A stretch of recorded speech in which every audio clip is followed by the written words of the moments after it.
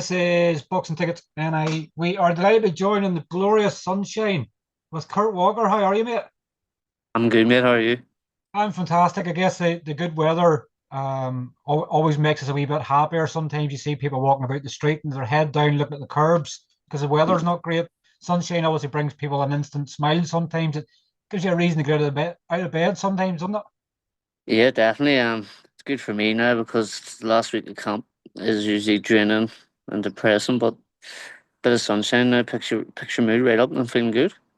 Definitely does. Like that's what I was saying to you just before we started there. Like your life, has pretty much been in camp. Obviously, I know this is back to back sort of fights coming for you, but pretty much the last 12 months, you've been pretty much in camp and not getting a lot of family time. But I guess that's part and parcel of the job, isn't it? Obviously, where you want to go to, you have to realize that sort of a lot of your life's going to be in camp. Yeah, definitely. It was a bit of a nightmare, wasn't it, last year? But to be fair, when was that fight? The last fight, November. I got November, December, January kind of off, didn't I? So I got 3 months, 3 good months over Christmas and all, so I couldn't really complain. And obviously, I've been flat out now, so it'll all be worth it. Hopefully, come next Saturday. But I'll get a well-deserved break after and go on a holiday, chill out, enjoy some family time. 2024 sort of was like a sort of nightmare. Although you won your first belt, obviously headlined in the Ulster Hall, but then the rest of the year was sort of, you know, a whitewash sort of. Now it looks like 2025, and your pro career is going to be the best year to date. Obviously, Lyon Woodstock and the SSE Arena and the Crocker Donovan card, and obviously now you're fighting Liam Davis in Birmingham on the undercard under Cacace. So life's fantastic. Yeah, it's good. It's all about taking risks. When I wasn't even in that great a shape to fight Woodstock, I still wanted to fight, so I took the fight. And a hard 10 round fight to a fella who's tough and who's fit and lives in the gym. So taking that fight got me this fight. And then being offered this fight, I'm not going to say no to any fight. So it's like I've been rewarded for taking the first risk. Even though on paper I'm better than Woodstock, and obviously people, but like the training behind it, there wasn't much there really. It was 5 weeks or whatever, if even. And I've got the reward now for taking the fight. He sort of made a job at you, obviously, on the weigh-in sort of day. Obviously, I think he was saying, I think he thought the fight was at 126. Like, what was going on there? Like, he was sort of saying, like, you had a pocket, you were unprofessional. Was he just trying to get inside your head close to fight? I don't know, but I was told 126 and I was told maybe a couple pound extra, and then it was just there was no belt on the line. I was told maybe there could be a belt, so we'll do 126, and I would have done it if there was a belt, but there was no belt. So it's come fight week. I wanted to enjoy it. I didn't even, what did it come over, half a pound or something, was it? I Yeah, can't even half a remember. pound. Nothing, like, in a fight that had no belt. I think he was just trying to get in my head, but he's the guy at Super Feather. He should have had the advantage, you know what I mean? Like, sometimes it is. It's a mind games thing, isn't it? Like, it's sort of seeing you at the ceremonial weigh-in, they're sort of poking at your stomach, and you're sort of laughing and going like, we're just going to fight. It's like there's no need for the mind games at that stage. I was in terror, but I done eight for 3 months there. Like that's all I done was eight over Christmas. I came back done just over a month probably, and then it was fight week. Obviously, it wasn't going to be in any shape, like so. Yeah, I don't know, it was funny though. When you look back on that fight, like I sort of spoke to a few ones that sort of been on the card. Like some people, because of the controversy, obviously in the main event, and obviously Lewis and Paddy, like people nearly forget obviously what happened on that night. Obviously, Stephen Ward obviously stopped Big Tommy. Obviously, you had a really good one against Leon Woodstock. Like people sometimes need to forget what else was on the card because of the controversy that happened in the main event. Yeah, that's the way it goes though, isn't it? Like so, I don't think anyone would really care either because they're there to do a job. Once you get a win too, that's the last thing they're going to be thinking about, to be honest. But now the main event was exciting, so that's what people want to talk about. And like when you look back on the fight, like where you're sort of saying as a shorter camp, like you come out of the blocks flying, Kurt. Like you looked like $1 million the first 4 or 5 rounds. Was it then sort of, I guess, a Tired. smaller camp sort of getting to you a bit, or you just wanted to sort of Look, engage with I could stock? have I could have went out and boxed and made it easy for myself, but I just didn't want to because he was talking that much. I wanted to try and outfit him and put him on the back foot, and then he'd never been on the back foot, so I just wanted to do it just for I don't even know why, just being arrogant, probably trying to do it. But I could have made it 10 times easier for myself. But I'm glad I done it because I went hard for a good 8 rounds, like so I know I have it in me whenever I proper train. it's sometimes that, isn't it? It's entertainment for the fans. Like obviously you don't That's it. want That's all I want sort to of do because mix it there's up for people there. people. I didn't want to make it boring for everyone. That's like I can do that. I can just move and box if I want to. Like, but people get bored of that, so I didn't want to do it that way. Just you do it obviously whenever it's a world title or something like that. You just bore, you sort of bore your way to a 120, 108 Yeah, that's it. like you'd sort of like I'd spoke to you obviously at the matchroom sort of media they'd done obviously after the press conference, and you sort of said it was big fights only afterwards. Like at that stage, did you know what was to come, or was Jamie sort of mentioning that there could be another fight to come? Like at that stage, were you aware there could be another fight happening so soon? No, I had no clue. There was, don't think, I think it just came out of nowhere, to be honest. It was just randomly, and then we were talking, and I was trying to see what the other options were, and then I was like, I'm taking this, because if I don't take this, I'll be stuck again. Wait until when? Maybe September, or whenever Crocker Donovan 2 happens, if it happens, so I'm not waiting that long, like. So, as soon as it was given to me and the options were, I took it. And like next Saturday night, obviously, Motorpoint Arena. Obviously, were you there for mixed fight with Lee Wood? I was there, yeah. So it's a venue you're aware of. Obviously, you've been there Yeah, previously. Obviously, we didn't get the outcome we wanted that night with Mick. Um, yeah. but obviously, it's a bit like the SSE Arena, so it's probably familiar grounds for you. Nah, it is very similar, like, but for once I'm going in as an underdog and someone like not his backyard but in a different country, which throughout my career in the amateurs, and the Olympics and the Europeans and stuff, and every time I was an underdog, it's most of the time I was winning one gold. So I always perform better, and I think that's going to be a key factor on it next Saturday night. Is that why you want the bigger fights? Because obviously you want to be the underdog. You want to obviously Yeah, upset the odds for people. yeah, 100%. I just feel like I boxed 10 times better than whenever you're getting expected to win, or you're in Belfast and it's all on you or whatever. So it's a bit more easy this time. There's no pressure on me really. Like this is my 12th fight, is it? Or so I know how it's 13. 13th fight. There's no pressure on me. Like you know more than I do. You don't know how many fights you have. But there's pressure on him. He's just come off a loss. He can't have another one back to back. Really, it's harder to come back from. But I'm feeling good, man. And like, what do you know of? Obviously, Liam Davis, obviously, is the IBO champion at Super Bantam. It's his first fight at featherweight. Like, what do you know of him? Obviously, other than watching sort of fights on TV. Like, have you sparred with him previously, or like, have you heard sort of stories, sort of people sparred him saying, "I done this, I done this." Like, what do you know of Liam? No, I never really. I've obviously watched him. I do rate him. I think he's a good fighter, but I've never really see him. I've never seen him. I've never really paid that much attention to him, like to be honest. But I do know he is a good fighter. So And that's it. it's Like I haven't really seen him ever. and it's your first 12 rounder as well. Obviously, the IBF Intercontinental belt on the line. Like, this is obviously, I know when you won the WBA belt last year, it didn't get you world rank, but you're definitely guaranteed a world ranking by beating Liam Davis next Saturday night. Yeah, definitely. And I win next Saturday night. Puts me in big fights, especially if the likes of Matchroom are coming back to Belfast at the end of the summer. There's big fights to be made for me there, and it just opens up a lot of doors for me if I win this fight, which I will. It's like, think of another scenario, obviously, for you, Kurt. Obviously, Fergal McCrory won the WBA belt last year, got ranked in the top 15. Next fight, then he fought for world title. Like, you could be 36 minutes or less away Yeah, from fighting for a world title. no, 100%. It's just the way things line up. That's how it can happen, and I know that there. So that's why I'll be taking this opportunity with both hands. It's how quickly things can happen sometimes in boxing. It's like you all of a sudden become world ranked, and then it's like for you to think that your 14th pro fight you were fighting for world title, you're going, well, this was great. Yeah, I've where had this these come from? setbacks, and now I'm fighting for world title. Yeah, definitely, and that's what I'm here to do. I'm here to get better. I'm here to get big fights, especially the way boxing's going now, with all the big cards. I want to be in big fights. I want my name in the hat, and get hopefully good things come out of it. The sort of I guess sometimes the fighter, sometimes you don't sort of really look at the things I would sort of look at, obviously rankings and things like that, but do you look at the sort of rankings, and do you start to picture people like Angelo Leo, and that's a champion in IBF at 126? Do you start to picture and dream them things? I've never looked at a ranking in my life.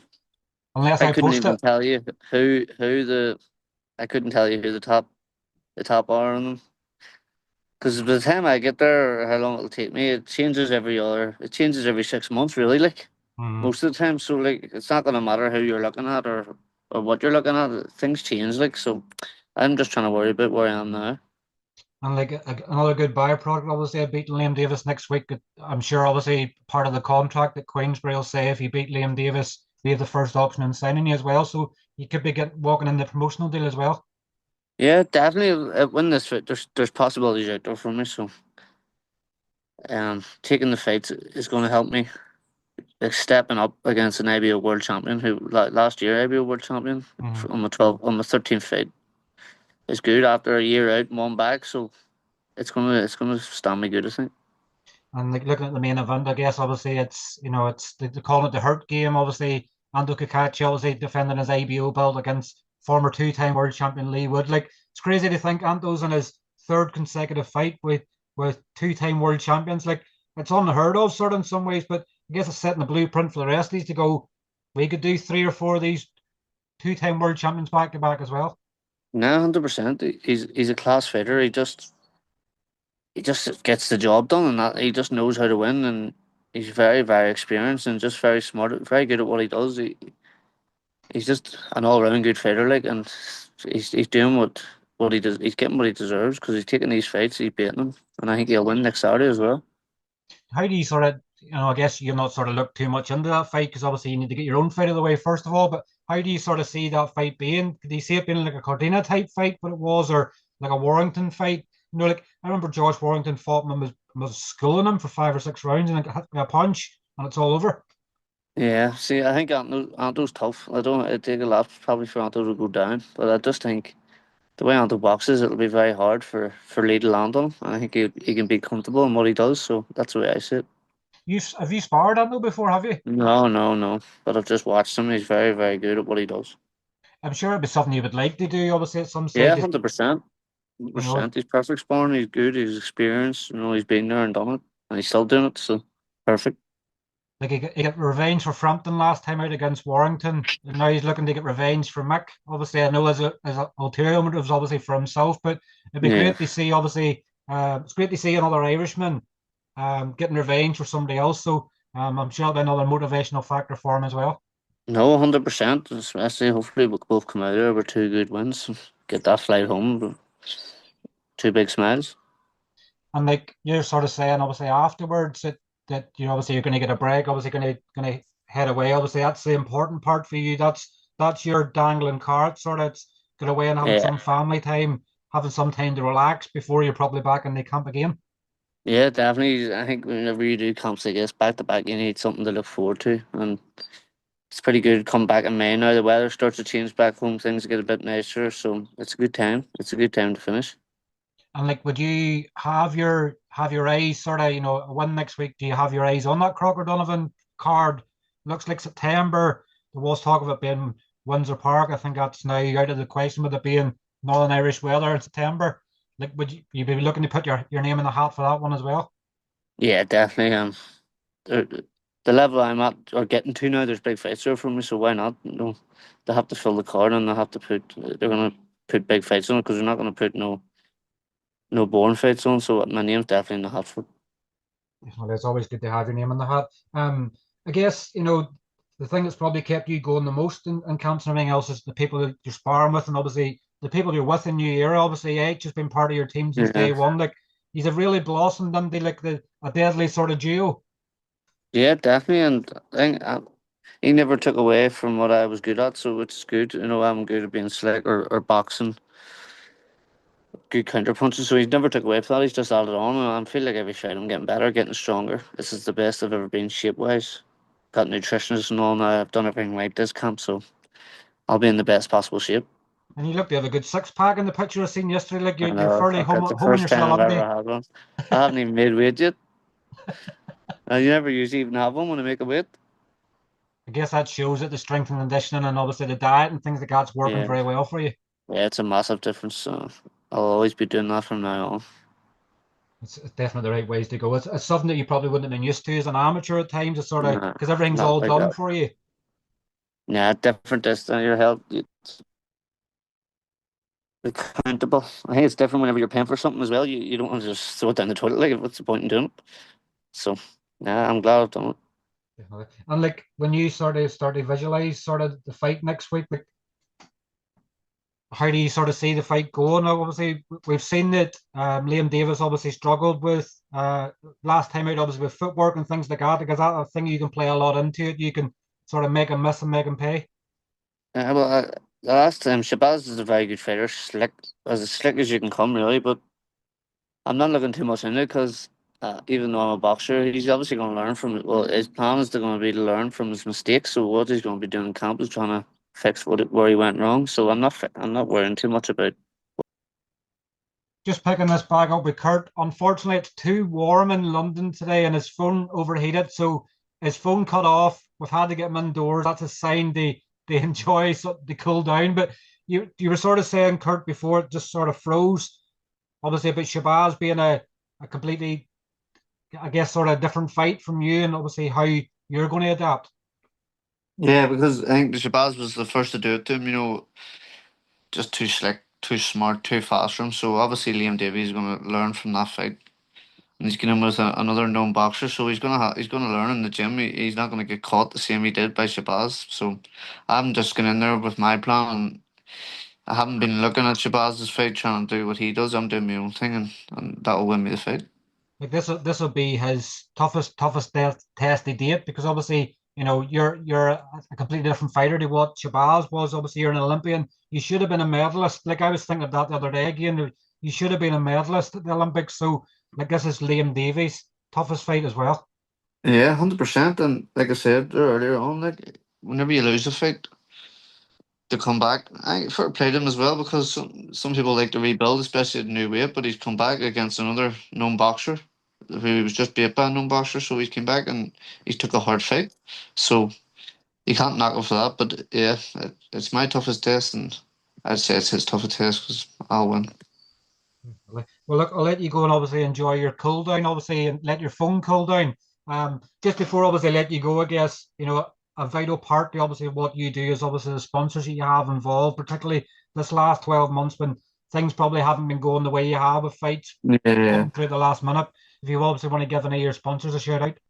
Yes, I'll definitely. They've helped me massively. Training camps, especially whenever I was out of the ring for years. So, and they've always backed me. So I'm delighted with them. On track technicians, Glory, the alcohol company, that prize guy, Ace Drains, Bud Lightyear, Baked Potato. Do you have a list sitting there beside you because you're not normally I that swear to good? God, because I know them anyway. I think I know them, but I don't think I've left anyone out. You hope you haven't. No, I hope I haven't. If I have, I'll text you again. You can delete that. Well, if you have missed anybody out, obviously it's my fault because when you're put in a spot, sometimes it's hard to even remember your own date of birth. Sometimes, never mind anything else. So, Yeah, if you've missed anybody, it's my fault. yeah, definitely. I blame you. But look, Kurt, thanks as always for your time. Obviously, enjoy fight week next week. Obviously in Nottingham. For anybody that obviously can't be there with tickets, they can watch all the action live on DAZN. But enjoy your last couple of days of the sunshine. I'm sure we'll catch up with you very soon. Good man, Stevie. Thank you. Cheers, Kurt. Take care. Thanks. Good Bye bye. to Bye bye. Bye you. bye.